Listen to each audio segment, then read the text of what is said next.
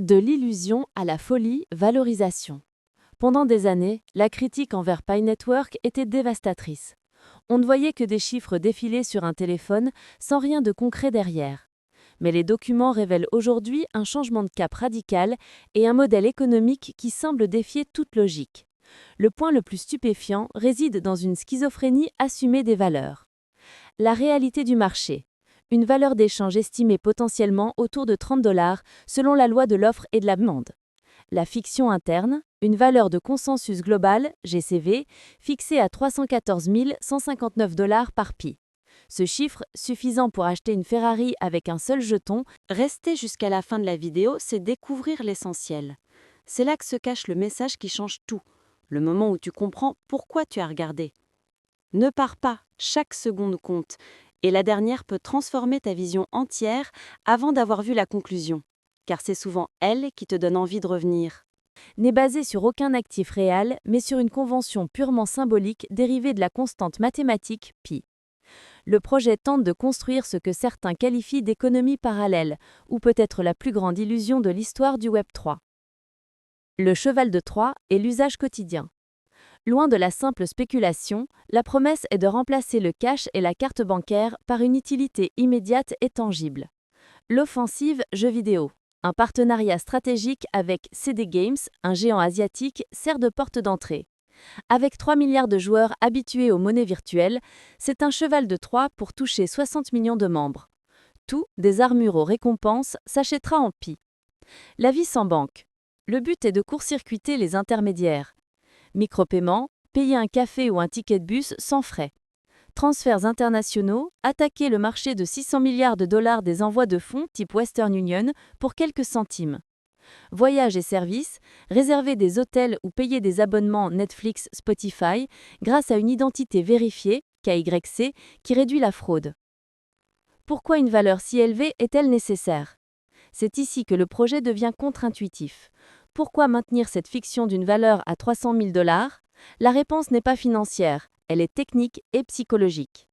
La théorie de l'embouteillage, vélocité. Pour gérer des milliards de transactions, la valeur unitaire doit être élevée.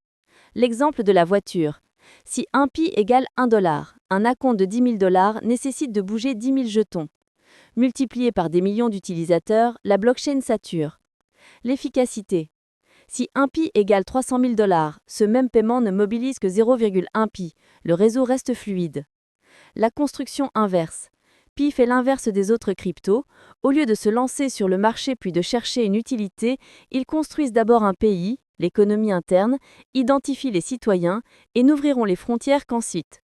Le bouclier psychologique. Cette valeur interne élevée sert de point d'ancrage pour éviter que les utilisateurs ne paniquent et ne vendent tout face à la volatilité du marché extérieur. Les piliers de la survie. Pour que ce pari monumental fonctionne et que la foi collective plie la réalité du marché, 3 piliers technologiques et comportementaux doivent tenir. L'infrastructure. Pi Browser, la porte d'entrée unique vers l'écosystème. Pi Wallet, il doit être capable de supporter une charge mondiale sans flancher, agissant comme un système d'identité sécurisé. L'adoption active. Ce n'est pas un investissement passif. Des projets comme Interlink Clubs imposent des actions quotidiennes jusqu'à 7 réclamations par jour pour maintenir l'économie vivante.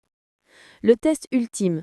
Des applications comme GCPI sur le testnet simulent déjà ces échanges, mais la vraie question demeure, est-ce que cette croyance survivra à l'ouverture brutale des marchés et à la confrontation avec la liquidité réelle ?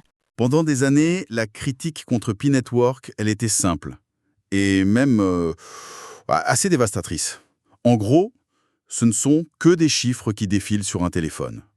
Une promesse, quoi. Rien de concret. Mais aujourd'hui, les sources qu'on a sous les yeux, elles décrivent un changement de cap assez radical. On passe de la théorie à la pratique. On va donc plonger dans une mise à jour majeure pour le projet.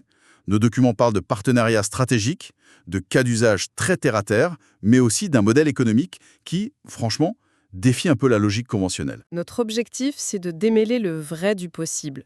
On va regarder comment Pi compte s'insérer dans notre quotidien, mais surtout, on va décortiquer son concept le plus controversé, un système de double valeur.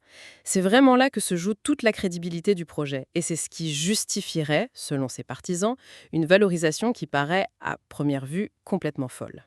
La question centrale qui ressort de ces documents, c'est donc, est-ce que le Pi Network est en train de construire une véritable économie parallèle, ou bien la plus grande illusion collective de l'histoire du Web3? Alors, commençons à déballer tout ça. Le premier gros morceau, c'est une annonce qui a fait pas mal de bruit. Un partenariat stratégique avec CD Games, qui est un poids lourd du jeu vidéo en Asie. Ma première réaction, c'est pourquoi les jeux vidéo? Ça peut paraître un peu gadget comme point de départ pour une révolution monétaire. C'est une réaction logique, mais la stratégie est tout sauf gadget. C'est un choix extrêmement calculé. Le marché du jeu vidéo, il faut voir ce que ça représente. C'est 200 milliards de dollars par an. Et surtout, 3 milliards de joueurs dans le monde.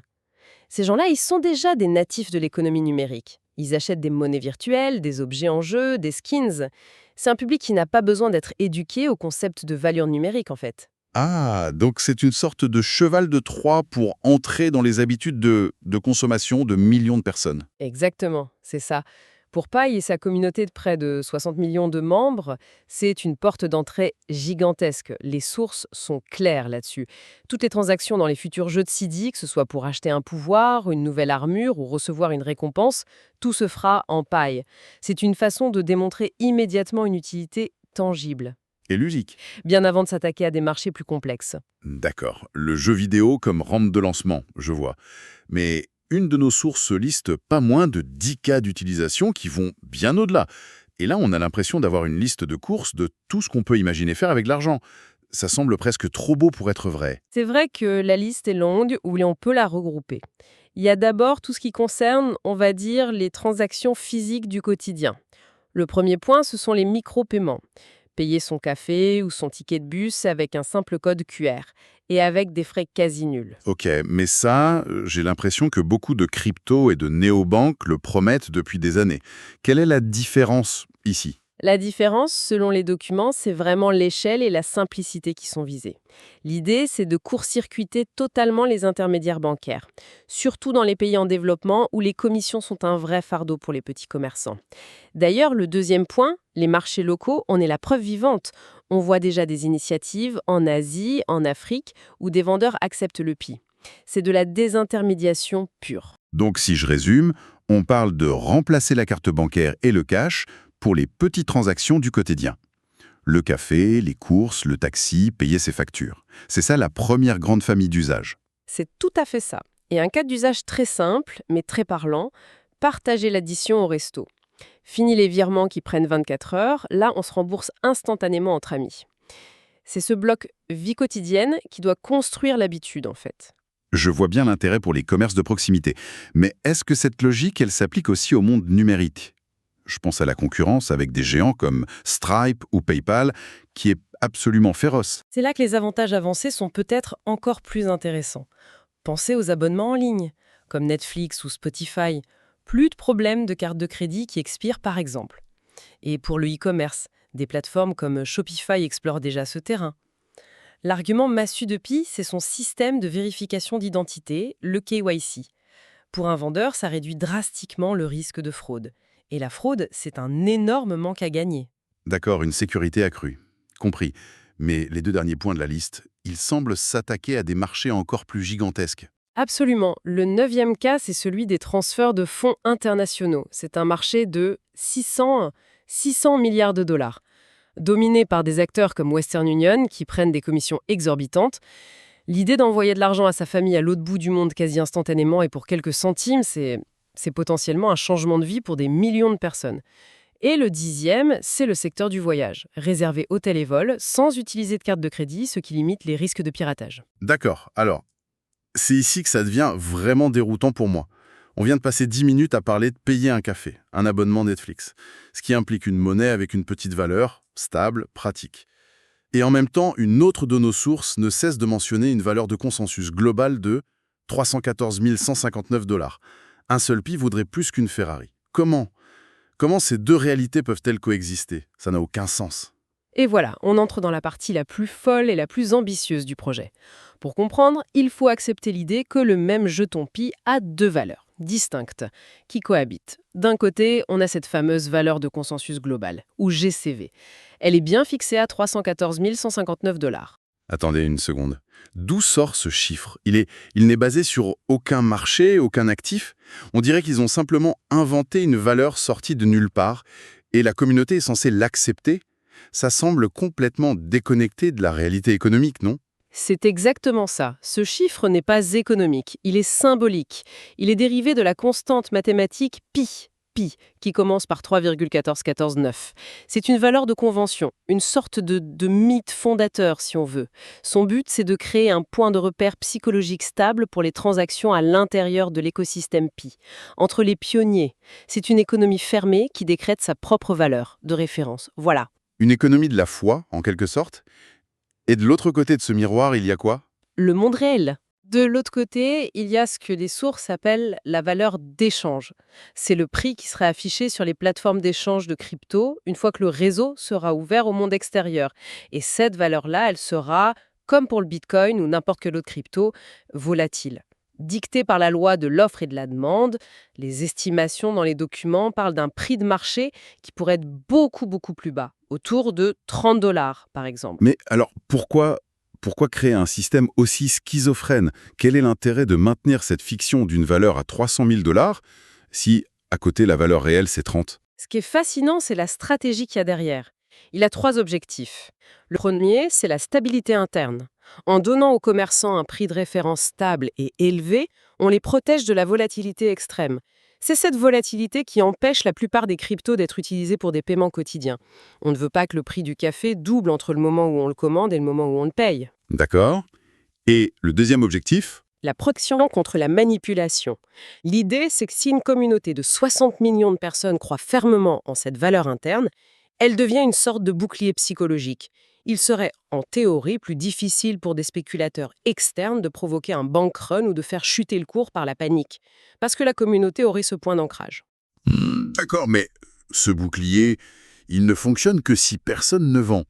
À la seconde où le réseau s'ouvrira au marché, ne risque-t-on pas une ruée massive vers la sortie, de la part de ceux qui préfèrent 30 $ bien réels aujourd'hui, plutôt que 300 000 $ théoriques demain? C'est tout le pari du projet. Et ça nous amène au troisième et principal objectif, prioriser l'utilité sur la spéculation. C'est une inversion totale du modèle crypto habituel.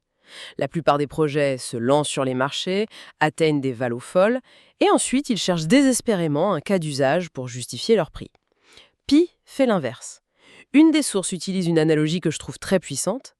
Ils ont d'abord construit un pays, posé les fondations de son économie, identifié ses citoyens, et ensuite seulement, ils ouvriront les frontières au commerce avec le reste du monde. C'est une belle image, c'est vrai. Mais je bute toujours sur la même contradiction. Si des millions de gens se mettent à utiliser le Pion pour des micro-paiements, comme jeter leur journal, ça ne renforce pas l'idée que sa valeur est faible. L'usage quotidien semble en contradiction totale avec une valeur unitaire stratosphérique. C'est l'idée la plus contre-intuitive, c'est vrai. Mais les sources représentent un argument économique pour la justifier. Ça repose sur le principe de la vélocité de la monnaie. La valeur d'une monnaie ne vient pas que de sa rareté, mais aussi de la vitesse à laquelle elle circule. Plus l'argent change de main, plus il soutient l'activité économique et plus sa valeur intrinsèque est grande. D'accord pour la vélocité, mais le lien avec une valeur unitaire de 300 000 $ n'est toujours pas évident pour moi. Le lien devient mathématique quand on pense à l'échelle. Pour qu'un réseau puisse gérer efficacement des milliards de transactions chaque jour, les 10 cas d'usage dont on parlait, la valeur de chaque jeton doit être élevée. Un exemple simple, tiré des documents, l'illustre bien. Si un pi vaut 1 $, une transaction importante, disons un acompte de 10 000 $ pour une voiture, ça nécessite de déplacer 10 000 jetons. Si des millions de transactions comme ça ont lieu, la blockchain sature. C'est un embouteillage monstre. Le système serait victime de sa propre popularité, en fait. Précisément. Maintenant, faisons le calcul inverse. Si un pi vaut, disons, 100 000 $, ce même paiement de 10 000 $ ne mobilise que 0,1 pi. C'est infiniment plus efficace. Les transactions sont fluides, le réseau n'est pas congestionné. Donc, selon cette logique, la GCV de 314 159 $ n'est pas une simple fantaisie. C'est une projection de la valeur qui serait techniquement nécessaire pour que l'économie pi fonctionne à l'échelle mondiale sans s'effondrer. L'utilité de masse exigerait mathématiquement une valeur unitaire élevée. C'est une théorie audacieuse. J'ai rarement vu un projet justifier sa valeur future par une contrainte technique. Mais la vision est immense. Concrètement, aujourd'hui, qu'est-ce qui fonctionne? Comment est-ce qu'on passe de ce grand récit à une réalité tangible pour les utilisateurs? Trois piliers technologiques, ils doivent être parfaitement en place pour que la GCV ait une chance de devenir réalité. Le premier, c'est le navigateur Pi, le Pi Browser.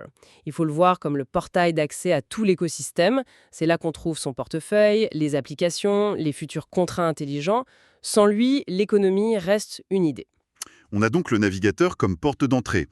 Mais qu'en est-il du moteur Boku? Le portefeuille actuel est-il vraiment capable de supporter des milliards de transactions? C'est souvent là que le bas blesse dans ce genre de projet. C'est le deuxième pilier, le portefeuille Pi, le Pi Wallet, et la question de sa capacité à monter en charge, sa scalabilité, est centrale. Les documents le décrivent non pas comme une simple tirelire numérique, mais comme un système d'identité sécurisé, conçu dès le départ pour une échelle mondiale. La robustesse de ce portefeuille, c'est une condition non négociable. S'il flanche, tout s'écroule. Et le troisième pilier, j'imagine que c'est là où l'argent rencontre vraiment le monde réel. C'est exactement ça. Ce sont les applications de commerce Pi. Les sources les décrivent comme le véritable lieu de naissance de la GCV. Ce sont les places de marché, les boutiques en ligne, les services où des biens réels s'échangent contre des Pi, à la valeur de consensus. C'est là que la valeur se matérialise par l'usage, bien avant d'être cotée sur un marché spéculatif. Herm, est-ce qu'il existe déjà des exemples de ces applications, même à l'état de test? Oui, et c'est un point intéressant, mais qui demande beaucoup de prudence. Une application nommée GCVPI existe déjà sur le réseau de test, le testnet, accessible via le navigateur. Elle permet de simuler des transactions entre utilisateurs en se basant sur la fameuse GCV. C'est une sorte de preuve de concept. Cependant, et les sources insistent lourdement là-dessus, cette application n'est pas encore officiellement validée par l'équipe centrale du projet. Son usage est donc purement informatif, une sorte de répétition générale avant le lancement du vrai réseau, le mainnet. Donc c'est une manière d'entretenir la croyance et de familiariser les gens avec le concept sans que ce soit encore de l'argent réel. Et au-delà de la technologie, on sent aussi qu'on demande aux utilisateurs d'être très actifs. Ce n'est pas un projet où on attend passivement que ça prenne de la valeur. Non, et ça c'est un point fondamental de la philosophie du projet. On n'est pas dans un investissement passif, on est dans la construction active d'une économie. Des projets de l'écosystème, comme Interlink Labs, imposent des conditions très strictes. Une des sources parle d'une obligation d'effectuer jusqu'à 7 réclamations par jour pour rester actif et bénéficier des avantages. C'est un système qui récompense l'engagement constant, car c'est cette participation quotidienne de millions de gens qui est censée tisser la toile de l'utilité. Alors, si on prend un peu de hauteur pour conclure, le Pi-Network essaie de faire quelque chose à l'envers en fait. Bâtir une économie gigantesque basée sur l'usage et la faire tenir par un système de double valeur complètement unique, où une convention sociale interne, presque une foi collective, est censée tenir tête aux lois du marché. C'est la synthèse parfaite. Le succès de cette expérience monumentale, il tiendra à l'équilibre entre trois forces. L'utilité. Pourra-t-on vraiment acheter son café avec paille? L'adoption, combien de millions de personnes joueront vraiment le jeu? Et enfin, la liquidité. Comment se passera la confrontation avec le monde extérieur le jour où les frontières s'ouvriront? La véritable preuve, elle ne fait que commencer. Ce qui nous laisse avec une question fondamentale pour la suite.